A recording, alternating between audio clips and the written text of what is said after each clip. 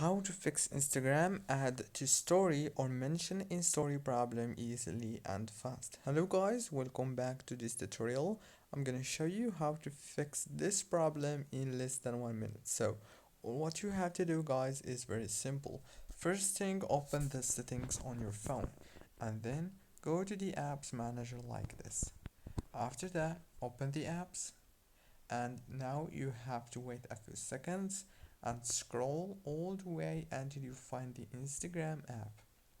Now click on this option of the force stop and then go down to the storage, click on it and wait a few seconds. It will start computing the data that you have.